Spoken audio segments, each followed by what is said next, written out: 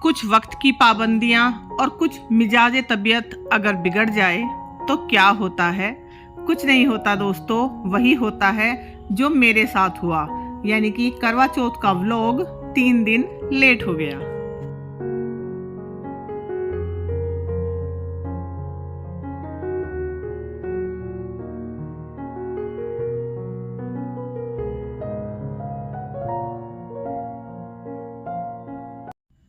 तो चलिए शुरू करते हैं इस स्पेशल सी वीडियो को, जिसकी थोड़ी बहुत क्लिप मैंने सुबह के वक्त रिकॉर्ड कर ली थी। बहुत ज़्यादा मैं रिकॉर्ड नहीं कर पाई, और क्यों नहीं कर पाई उसके लिए आपको पूरी वीडियो देखनी पड़ेगी, तो आपको पता चल जाएगा कि भाई कहाँ गड़बड़ हुई।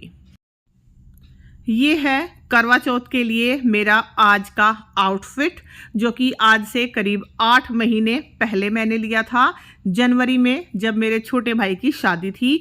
और उस टाइम मैंने इसमें कुछ शॉर्ट्स भी डाले थे, हो सकता है आप लोगों ने देखा हो। मेरी शादी 2001 में हुई थी, इस हिसाब से इस बार मैं 25वां करवा चौथ का व्रत कर रही हूँ, और नेक्स्ट ईयर फरवरी में मेरी शादी को 25 साल पूरे भी हो जाएंगे। और इन 25 सालों में मुझे याद नहीं पड़ता कि मैंने स्पेशली करवा चौथ के लिए कोई साड़ी, सूट या लहंगा कुछ ऐसा ख़रीदा हो।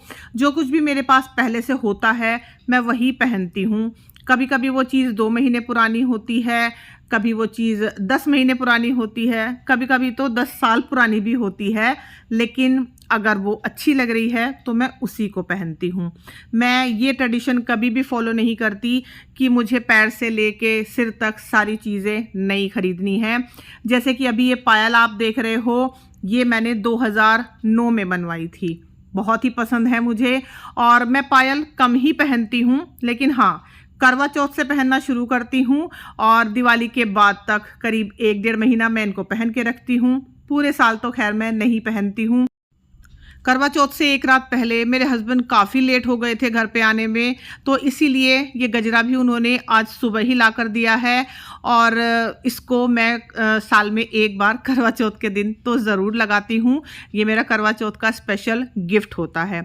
बाकी सोना चांदी, ऐसा कुछ कपड़े, वो सब तो खैर मैं कुछ गिफ्ट में नहीं लेती हूँ, क्योंकि जो भी ज़रूरत होती है वो चीज़ टाइम टू टाइम मिलती ही रहती है। तो इसलिए स्पेशली गिफ्ट वगैरह का तो कोई कहते हैं ना कि सवाल ही नहीं उठता।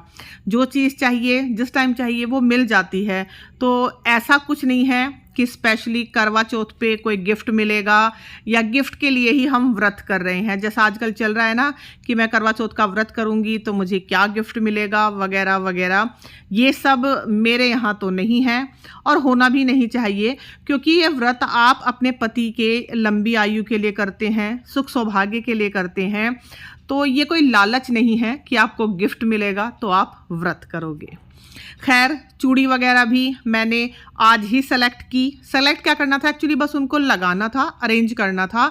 सेलेक्टेड तो पहले से ही थी। और ये चूड़ियाँ भी मैंने तभी ली थी भाई की शादी में। और ये जो गले में नेकलेस मैंने पहना हुआ है बहुत ही खूबसूरत मुझे लगा था। लोकल मार्केट से सिर्फ 150 रुपये में मैंने लिया था। अगेन ये भी भाई की शादी में लिया था। और ये रिंग तो आर्टिफिशियल है, ये भी जनवरी में खरीदी थी। बाकी जो दूसरे हाथ में आप रिंग्स देख रहे हो वो मेरी सब गोल्ड की हैं। ये मंगलसूत्र मेरा गोल्ड का है, जो आज से 10 साल पुराना है, 2015 में मैंने बनवाया था। और यहाँ पर ना मैं थोड़ा सा पोज मारने की कोशिश कर रही थी ये चूड़ियों वाला, लेकिन कहते हैं ना कि वीडियो तो बनाना सीख लिया, फ़ोटोज़ खिंचाने का भी शौक़ है, लेकिन पोज देना कौन सिखाएगा। तो यहाँ बराबर में मेरी बेटी खड़ी हुई है जो कि कैमरा पे नहीं आना चाहती थी, तो वही बता रही थी कि इस तरह से पोज देना है। खैर मेरी तरह बहुत से होंगे जिनको पोज देना नहीं आता, मैं अकेली नहीं हूँ। और फिलहाल यहाँ पर है ये मेकअप प्रोडक्ट्स जो मैंने आज इस्तेमाल किए हैं। ये रेने की ल्यूमी क्रीम है, मैंने लास्ट ईयर आप लोगों के साथ शेयर की थी, शायद करवा चौथ से पहले ही मैंने मंगाई थी। ये HD फाउंडेशन मेरी फ्रेंड ने मुझे गिफ्ट किया था करीब 3 साल पहले, और मेरी भाई की शादी में सभी लोगों ने ये रहने की क्रीम और ये फाउंडेशन इतना यूज़ किया ना कि ये बेचारे ख़त्म हो गए। मुझसे तो ये शायद अगले 5 साल भी ख़त्म नहीं होते, लेकिन भाई की शादी में सब ने यूज़ कर करके ना इसको आधे से भी कम कर दिया। साथ ही ये शुगर की लिपस्टिक है, सिंदूर, मेबलिन का काजल और ये कॉम्पैक्ट पाउडर। बस इतने ही मेकअप प्रोडक्ट हैं जिनको मैंने यूज़ किया है। उन्हीं से ही एक फ्लॉलेस सा लुक क्रिएट हो गया। और ये जो दुपट्टा ड्रेप मैंने किया है ना, ये भी मेरी बेटी का आइडिया था कि इस तरह से दुपट्टा लो। भाई की शादी में तो मैंने खैर दूसरी तरह से दुपट्टा लिया था। तो जब बेटियां आपकी बड़ी हो जाती हैं ना, तो वो आपको सजने संवरने में हेल्प करने लगती हैं। मेरी बेटी ने आज मेरी पूरी हेल्प की। क्लिप्स बनाने में भी उसने मेरी हेल्प की, क्योंकि उसे पता है कि मेरी तबीयत ठीक नहीं है। और साथ ही साथ मुझे सजेस्ट करने में भी कि मम्मी ऐसा कर लीजिए, ऐसा कर लीजिए। हर तरह से उसने मेरी मदद की। साथ ही गजरे वाला मेरा लुक कैसा लगा प्लीज़ मुझे कमेंट सेक्शन में बताइएगा।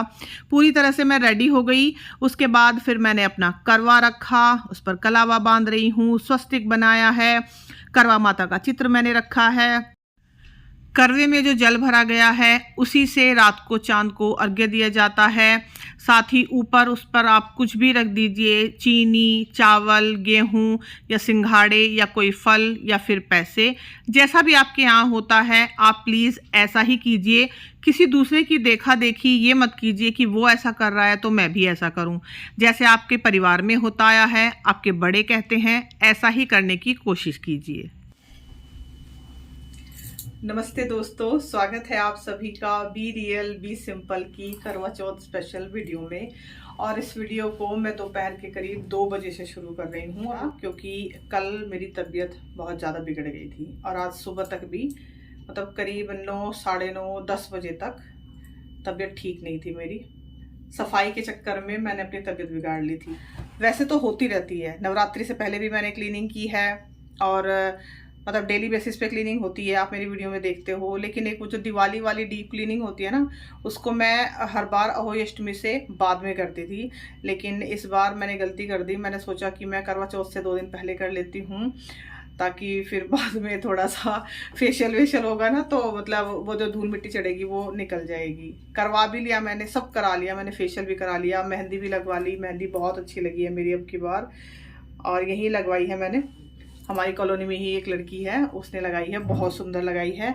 और मेहंदी भी कोई ज़्यादा देर नहीं हुई थी मुझे, करीब 10:30 बजे, 10:30 या 11 के बीच का टाइम था, तब तक मेरी मेहंदी भी लग गई थी।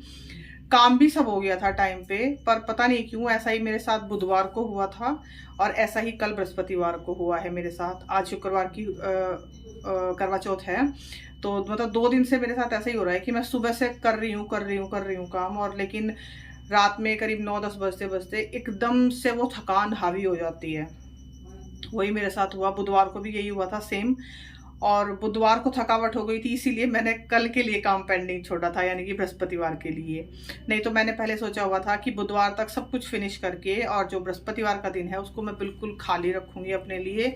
जो भी मुझे करना है, मतलब फेशियल मुझे कराना था, मेहंदी लगवानी थी, तो ये सब मैंने बृहस्पतिवार के लिए पेंडिंग छोड़ा हुआ था। लेकिन अब बुधवार को हिम्मत टूटी तो वो काम फिर बृहस्पतिवार पे पेंडिंग हुआ। और बृहस्पतिवार वाले दिन मैं पूरा दिन लगी रही, पता नहीं इस वजह से या किस वजह से, लेकिन लेफ्ट शोल्डर में हुआ था मुझे। शुक्र इतना रहा कि राइट हैंड में नहीं कुछ भी हुआ, मैं काम कर पाई। लेफ्ट शोल्डर में हुआ था। और अभी भी ऐसा है कि मतलब मुझे महसूस हो रहा है कि यहाँ पे दर्द है, बस मैं बर्दाश्त कर पा रही हूँ। ऐसा होता है ना कि बहुत ज़्यादा दर्द होते होते होते वो चीज़ एकदम से सुन्न पड़ जाती है, तो शायद वो वाला काम मेरे साथ हो रहा है कि अभी ये बिल्कुल सुन्न हो रखा है मेरा कंधा। रात में मतलब करीब 2 घंटे तो मैं रोई हूँ बैठ के बहुत बुरी तरह से। जब मैं 10:30-11 बजे मेहंदी लगवा के आ गई थी, मुझे दर्द महसूस हो रहा था। थोड़ा बहुत मैंने स्प्रे वगैरह इस पर लगवाया अपनी बेटी पे, और उस पर थोड़ी सी मसाज भी करवाई मैंने उससे। तो मुझे लगा कि नींद आ जाएगी, और नींद आ भी गई थी। दर्द काफ़ी था लेकिन हल्की सी नींद आ गई थी। लेकिन मुझे करीब 1:30-2 बजे मेरी नींद खुली है, और तब से लेके सुबह के करीब 4-4:30 बजे तक, यानी कि 2-2.5 घंटे इतना दर्द इसमें था ना, इतना तेज़ दर्द कि एक बार तो मेरा मन किया कि मैं अपने हस्बैंड से बोलूँ कि भाई उठो और मुझे डॉक्टर के पास लेके चलो। फिर सुबह उठ तो मैं टाइम पे ही गई थी, करीब 6-6:30 बजे उठ गई थी मैं। नींद नहीं आ रही थी दर्द की वजह से हुई, लेकिन कुछ हुआ नहीं मुझसे काम, कुछ भी नहीं। इवन यहाँ तक कि झाड़ू भी मैंने घर में 9 बजे लगाई है। और अभी इससे पिछले साल 2023 में मैंने आप लोगों के साथ शेयर भी किया था, तब भी मुझे करवा चौथ वाले दिन चोट लगी थी, मैं सीढ़ियों पर से गिर गई थी। और पिछले साल का करवा चौथ ठीक ठाक हो गया, कोई चोट नहीं लगी, कोई मुझे मतलब मैं बीमार नहीं हुई, मेरी तबीयत नहीं खराब हुई। इस साल फिर से वही दिक्कत है।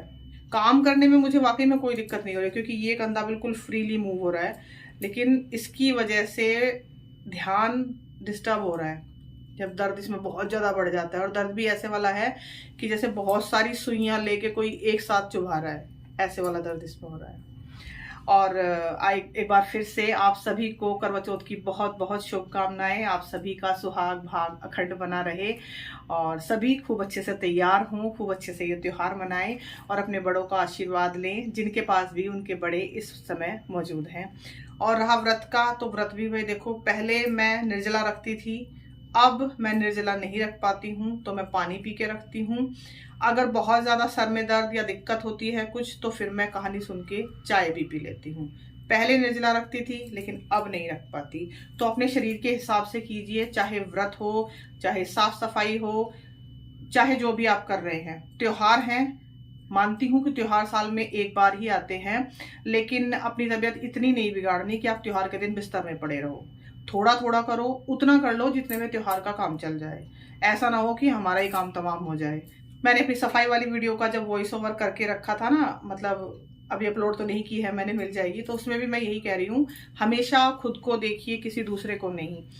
यूट्यूब पे आपको बहुत सारे ऐसे चैनल्स मिल जाएंगे जिसमें कहा जाएगा कि एक्चुअली दिखाया जाता है कि कोई बाहर का भी काम कर रहा है, घर का भी काम कर रहा है, यूट्यूब चैनल भी हैंडल कर रहा है, सफाई भी कर रहे हैं, खाना बना रहे, सब मतलब एक वन मैन आर्मी करके हो जाता है। लेकिन हर कोई नहीं कर पाता। लेकिन उनकी देखा देखी अगर मैं भी ये सोचूं कि भाई देखो वो भी तो कर पा रहे हैं, मैं क्यों नहीं कर पा रही हूँ, मैं अकेली हूँ करने वाली।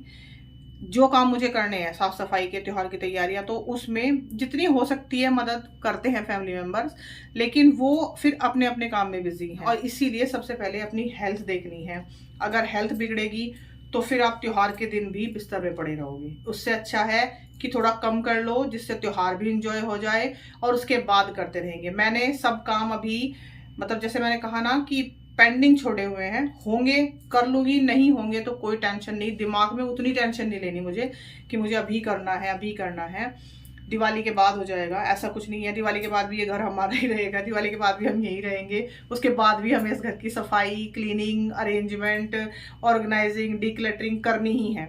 दिवाली का बस एक नाम हो जाता है, वरना सफाई मेरे यहाँ पूरे साल होती रहती है, डिक्लटरिंग मैं हर 2-3 महीने में एक बार करती रहती हूँ।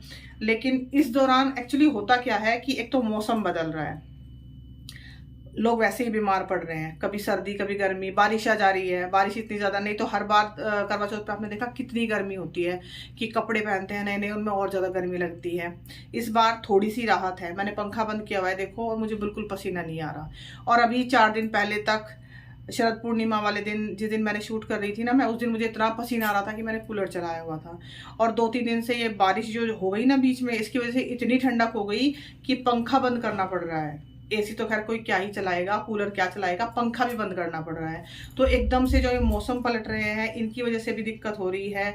साथ ही सारे त्योहार भी इस टाइम पे हैं, शॉपिंग भी जा रहे हो आप लोग, किसी के यहाँ मिठाई देने जाना है या मतलब मिलने जाना है त्योहार की वजह से, ये सारे काम भी एक साथ हैं। तो एकदम से बहुत ज़्यादा काम का बोझ आके पड़ता है, और वो मतलब कभी कभी हम हैंडल नहीं कर पाते। प्लानिंग चाहे मैं कितनी ही कर लूँ, पहले से हम सभी करते हैं, लेकिन ये भी बात सच है कि प्लानिंग फेल होती है। मेरी 10 में से 5 बार फेल होती है प्लानिंग, 5 बार ठीक ठाक हो जाता है। तो अपने माइंड को प्रिपेयर रखिए इस चीज़ के लिए कि प्लानिंग फेल भी हो सकती है, जो काम हमने सोचे हैं वो नहीं भी हो सकते हैं, उनके बिना भी काम चलाना है, क्योंकि त्योहार हमें मनाना है। और वीडियो मैंने काफ़ी लंबी कर दी है, और व्लॉग मैं कह रही हूँ कि शायद 2 दिन बाद मैं आप लोगों को दे पाऊँगी। तो चलिए अभी हम कहानी सुन के आते हैं, और उसके बाद फिर थोड़ी सी पिक्चर खिंचवाते हैं, उसके बाद देखते हैं कि क्या करना है। तो आप लोगों से ढेर सारी फेस टू फेस बातें करने के बाद मैं चली गई थी कहानी सुनने के लिए। और अभी कहानी सुनने के बाद हम सूर्यदेव को अर्घ्य दे रहे हैं। रात को तो चांद को अर्घ्य दिया जाएगा जो करवा हमने रखा है उससे, लेकिन अभी जब हम कहानी सुनते हैं तो एक लोटा जल रख के बैठते हैं, उसी के साथ कहानी सुनी जाती है और कहानी के बाद सूर्य भगवान को उसका अर्घ्य दिया जाता है।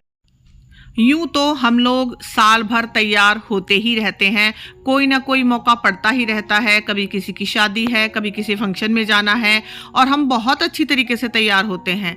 लेकिन पता नहीं क्यों करवा चौथ के इस श्रृंगार में कुछ अलग ही बात होती है। इस दिन सभी औरतें इतनी खूबसूरत लगती हैं कि उनसे नजरें नहीं हटती। मेहंदी, चूड़ी और उनके 16 श्रृंगार उन्हें और दिन से हटकर खूबसूरत बनाते हैं। आप लोगों की इसमें क्या राय है मुझे कमेंट सेक्शन में बताइएगा कि इस दिन सभी अलग और प्यारी लगती हैं या नहीं। अभी कहानी हमने सुन ली है और अभी बज गए हैं 4:30 और आज ना टीका भी देखो कितना बड़ा लगा मुझे। और कहानी सुनकर मैं आ गई थी सीधा ऊपर वाले कमरे में। मुझे एक वीडियो का वॉइस ओवर करना था। उस दिन मैंने शरद पूर्णिमा की वीडियो पोस्ट की थी, तो उसका वॉइस ओवर करने के बाद मैंने अपनी कुछ पिक्चर्स क्लिक की जैसे भी मुझसे हो पाई। लेकिन बाद में मैंने देखा तो आउटकम मुझे बहुत ही अच्छा लगा, मतलब पिक्चर्स मुझे बहुत पसंद आई।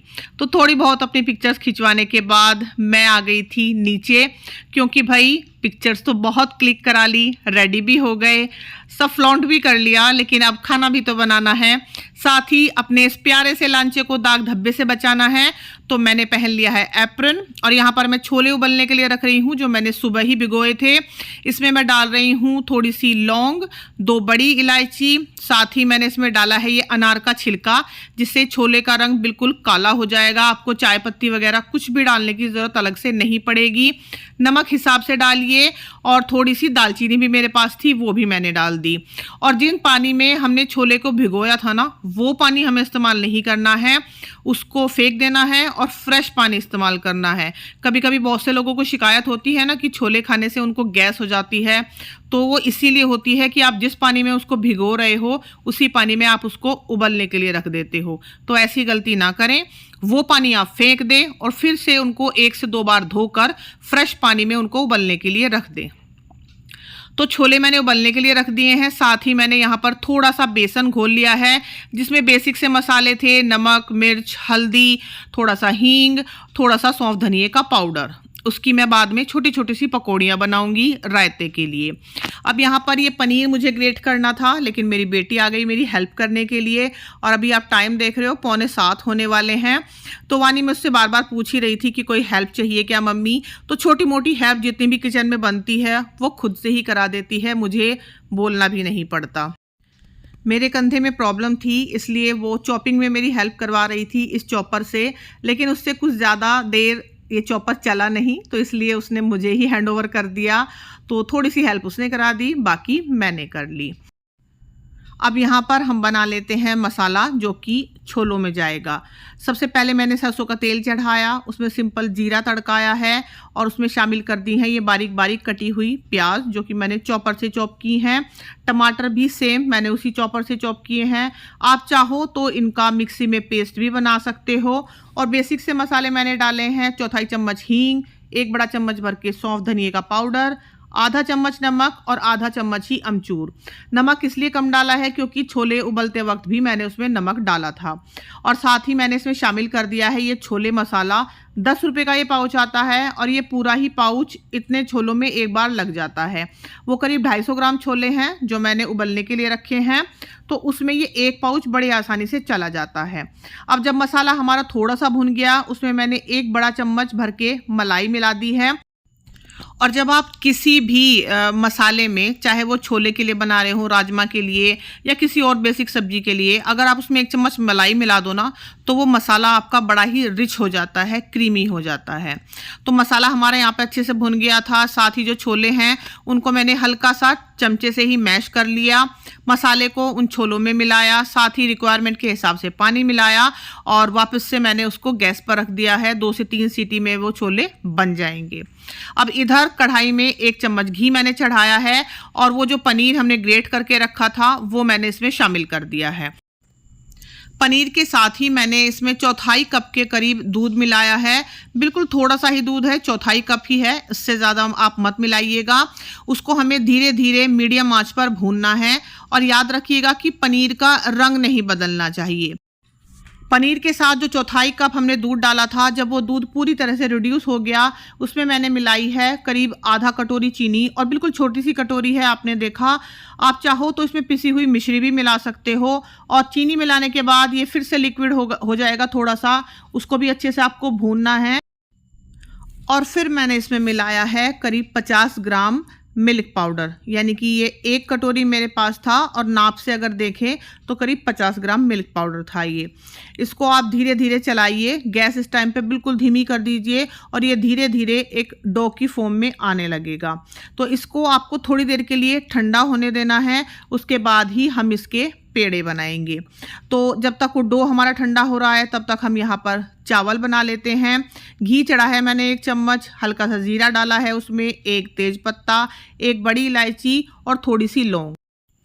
इस टाइम पर आपको गैस बिल्कुल धीमी कर देनी है, नहीं तो मसाले आपके एकदम से जल जाएंगे। साथ ही मैंने थोड़े से काजू इसमें डाले हैं, हल्का सा ब्राउनिश टोन उन पर आते ही आप उसमें पानी शामिल कर दीजिए। इस कटोरी से मैंने 2 कटोरी चावल भिगोए हैं तो दुगना पानी जाएगा, यानी कि 4 कटोरी। अब पानी मैंने चढ़ा दिया है, उधर छोले में भी सीटी आ गई है।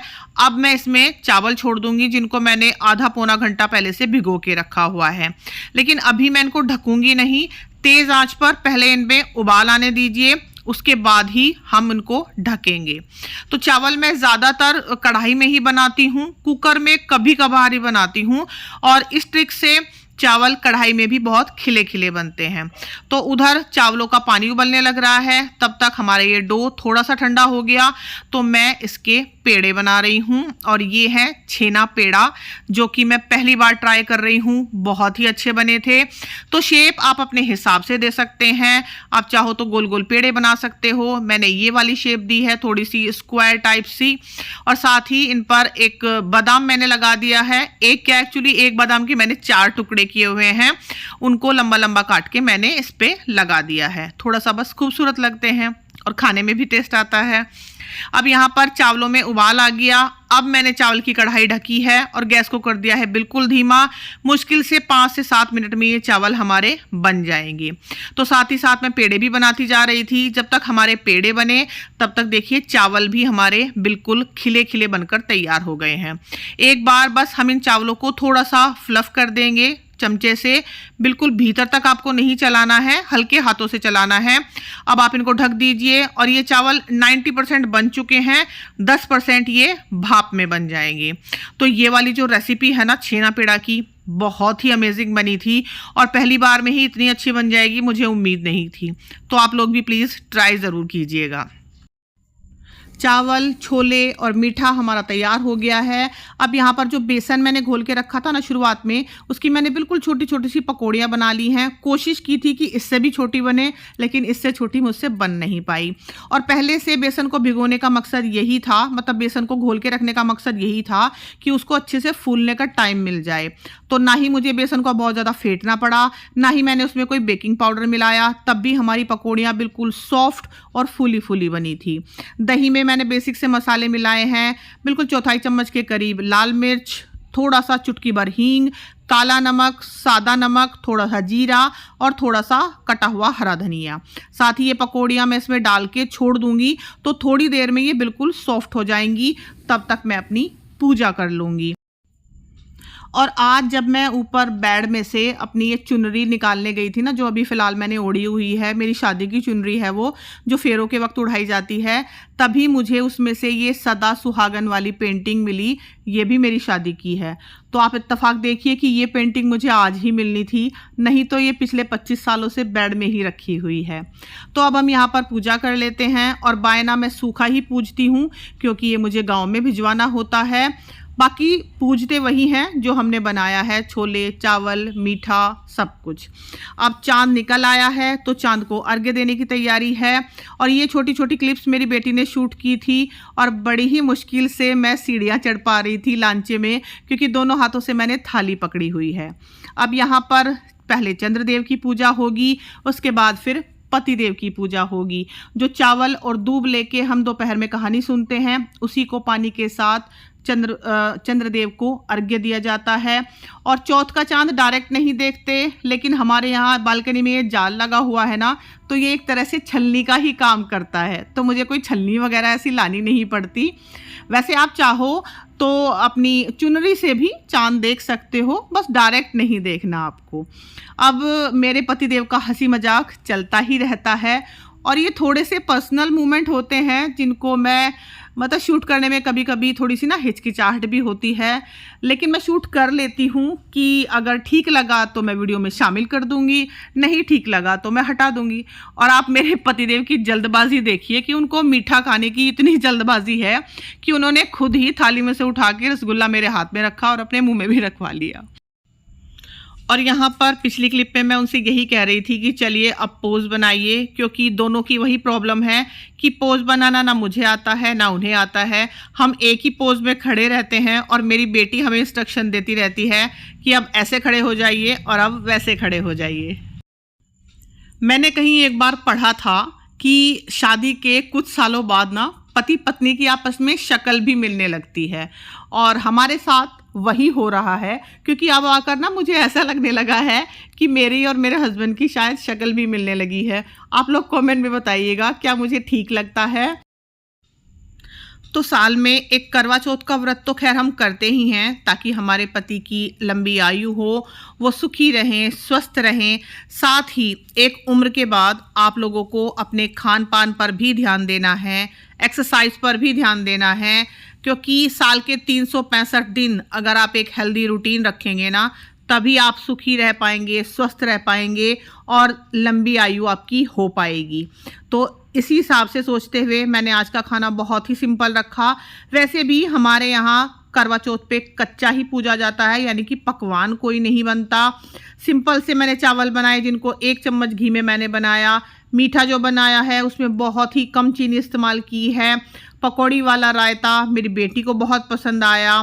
छोले मेरे हस्बैंड को बहुत पसंद है, बेटे को बहुत पसंद है। तो सबकी पसंद का ध्यान रखते हुए बड़ा ही सिंपल सा मैंने खाना बनाया। और आप किसी भी त्यौहार पर ये थाली बनाकर ट्राई कर सकते हैं। मैं पूरी तरह से गारंटी ले सकती हूँ कि ये सब कुछ सबको बहुत पसंद आएगा। ज़रूरी नहीं है कि आप हर बार पूरी पकौड़ी कचौड़ी ही बनाएं। और जितना भी मैं मना कर लूँ, मेरे हस्बैंड मीठा ज़रूर लाएंगे, जिसमें से 80% वही खाएंगे। तो भाई मीठे से रोकने की मैं उन्हें बहुत कोशिश करती हूँ, लेकिन वो नहीं रुकते हैं। धीरे धीरे मेरी कोशिश खैर जारी है।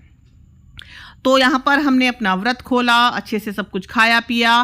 साथ ही ये कुछ पिक्चर्स हैं, ये मेरी बहन है छोटी, उन्होंने करवा चौथ की पिक्स मेरे पास भेजी थी, तो मैंने सोचा मैं इंक्लूड कर दूं। सभी बहुत सुंदर लगती हैं उस दिन। ये मेरी बड़े वाली भाभी है और भाई वैसे मुझसे तो छोटे ही हैं, लेकिन घर में बड़े हैं इसलिए मैं बड़ी बोल रही हूँ। और यहाँ पर जब वो उसका व्रत खुलवा रहा था अपनी वाइफ का, तो यहाँ पर देखिए उसका बेटा उसको कितने ध्यान से देख रहा है कि आखिर आज हो क्या रहा है, पापा की पूजा क्यों हो रही है। और ये मेरे छोटे वाले भाई भाभी जिनकी इसी साल जनवरी में शादी हुई थी, और मेरी भाभी का ये पहला करवा चौथ था जो कि हमारे यहाँ मायके में मनाया जाता है। उसकी पिक्चर्स भी बहुत ही खूबसूरत आई थी। तो ये थी मेरी करवा चौथ स्पेशल वीडियो। कैसी लगी आप लोगों को प्लीज़ मुझे कमेंट सेक्शन में बताइएगा। अगर वीडियो किसी भी पॉइंट पर पसंद आए तो प्लीज़ मुझे सपोर्ट करने के लिए मेरे चैनल को सब्सक्राइब ज़रूर कीजिएगा। Thank you so much for watching. चलती हूँ, दोबारा मिलूंगी एक नई वीडियो के साथ। तब तक अपना ढेर सारा ध्यान रखिएगा आप लोग।